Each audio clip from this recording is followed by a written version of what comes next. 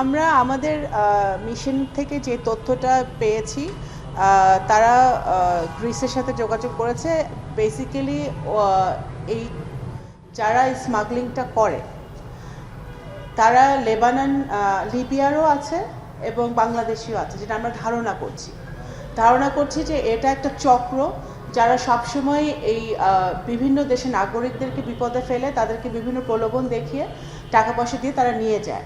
তো এই পার্টিকুলার ইনসিডেন্টটা আপনারা জানেন যে এখানে বেশ কিছু দেশের নাগরিকরা তারা ছিল, তার মধ্যে বাংলাদেশের কিছু নাগরিক আনফর্চুনেটলি ছিল। তার মধ্যে আরও বেশি আনফর্চুনেট হচ্ছে একজন নারী ছিলেন, একজন শিশু ছিল। পার্টিকুলার্স আমরা এখনো জানি না। তাদেরকে উদ্ধার করে তাদেরকে কিছু হসপিটালে নিয়ে যাওয়া হয়েছে এবং কিছু তাদেরকে একটা ক্যাম্পে রাখা হয়েছে।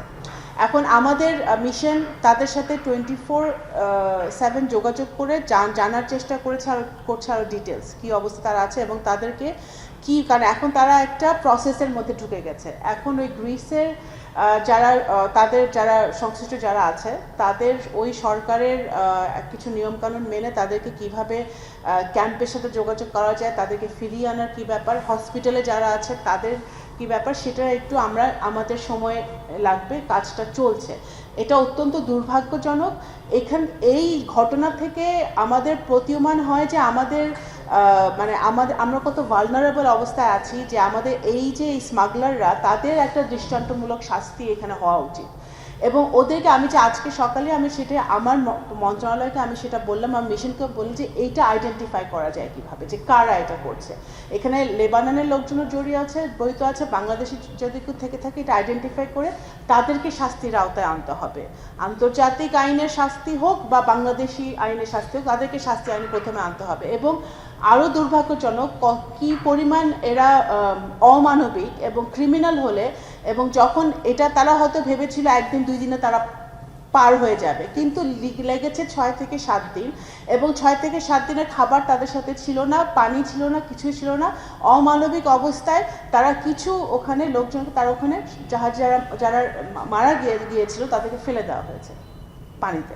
তো এই ধরনের অমানবিক কাজ এখন বর্তমান যে বিশ্বে এমনিতে বাস্তবতা অনেক কঠিন, এখন অনেক কঠিন বাস্তবতার মধ্যে আমাদের চলতে হচ্ছে। আমাদের বিশ্বের কোনো নাগরিকই এখন কোনো জায়গায় বিভিন্ন কারণে অনিরাপদ হয়ে আছে।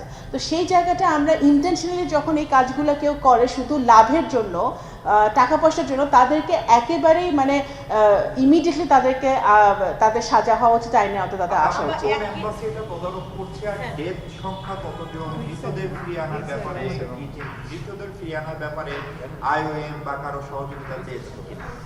আমাদের একটু সময় লাগবে, কারণ এখন আমাদের ওখানে মিশন প্রথম কথা ডেটাটা নেওয়ার চেষ্টা করছে, কারণ কিছু রুলস অ্যান্ড রেগুলেশনসের মধ্যে দিয়ে যেতে হবে।